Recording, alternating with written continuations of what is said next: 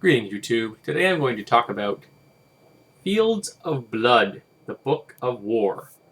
This is a D20 book from the 3rd edition as opposed to the 3.5 version, so 3.0, not 3.5. Book dedicated to using the D20 mechanics to simulate mass combat, unit combat as opposed to individual combat.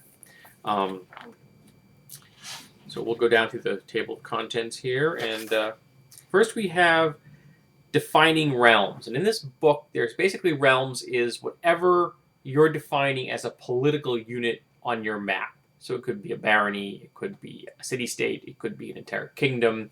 It could be the plains controlled by a bunch of nomads.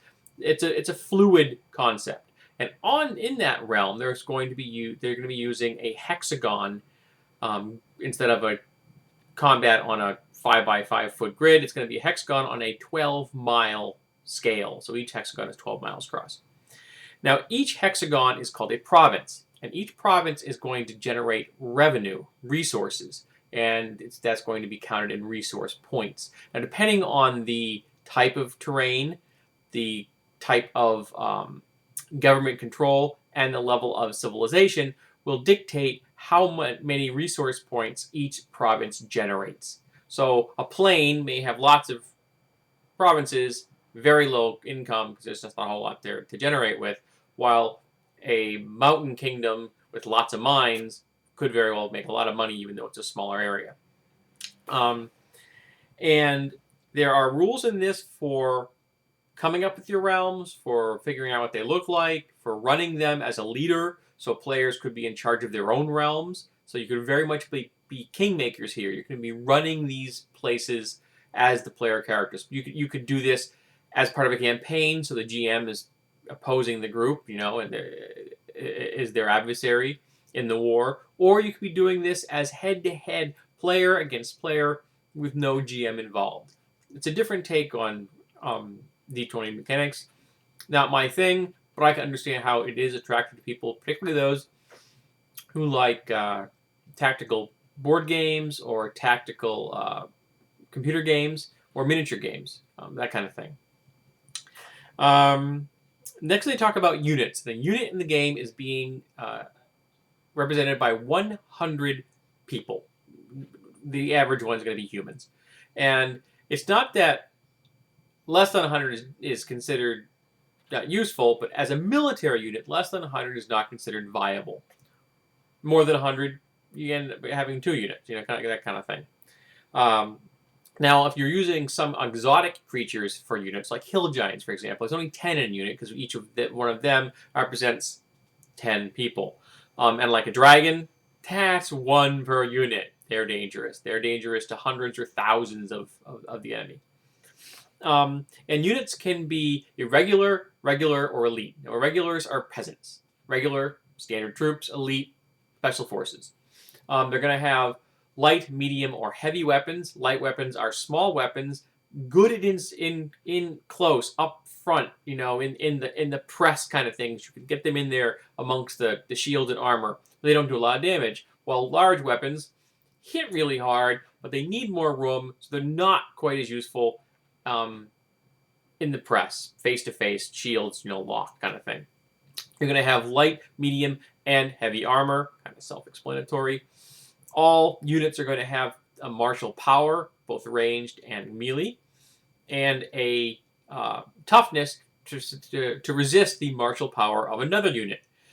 They're going to have the ability you can use your points to buy them feats, better equipment, cavalry, special abilities like that. You can put in better commanders. So instead of just having like some nameless sergeant, they've got an NPC who's got some ranks in something, or even a PC can really improve the efficiency and the danger of a unit.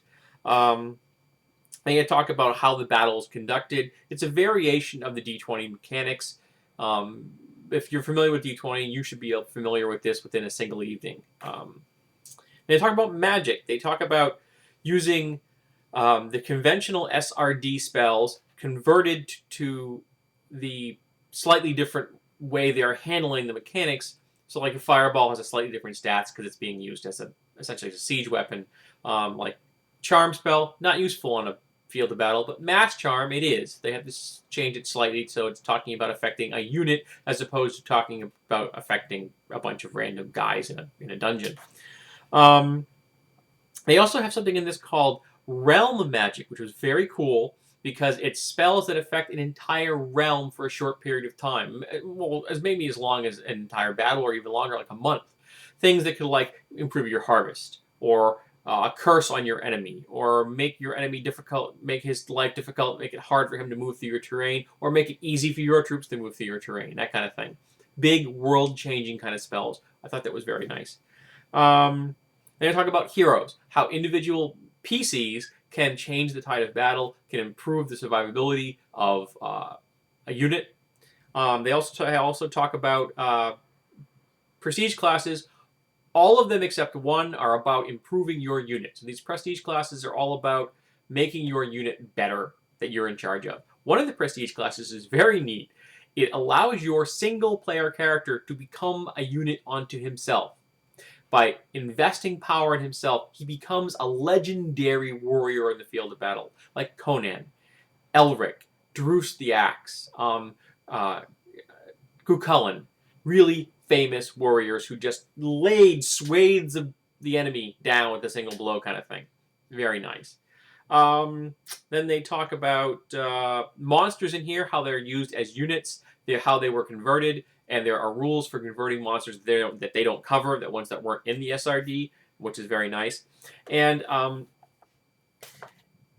have to say that this was really an impressive bit of work to me, to my mind. It was really well done. If I were going to come up with ever a need for miniature-style mass combat in a D&D game, this is the book I'm going to turn to. It's one book. It's got everything I need. It's ready to go. I really like that concept. It handles things much more simplified. Most units only have 2 wounds. You get hit twice, the unit's dead. Well, not necessarily dead, but disbanded. It's no longer an effective unit on the field of battle. There are different ways you can use your resource points to improve your realm by buying churches, druid circles, arcane colleges, mines, armories, things like that make you better at being prepared for war. So it's just got everything you need in one book. I really was very impressed. I bought this cheap at a bargain bin. I think I paid like $4 or $5 for it. It was a really good bargain. I'm really glad I picked it up. It's not something I'm necessarily going to have a use for all the time, but when I need it and it's there, cool.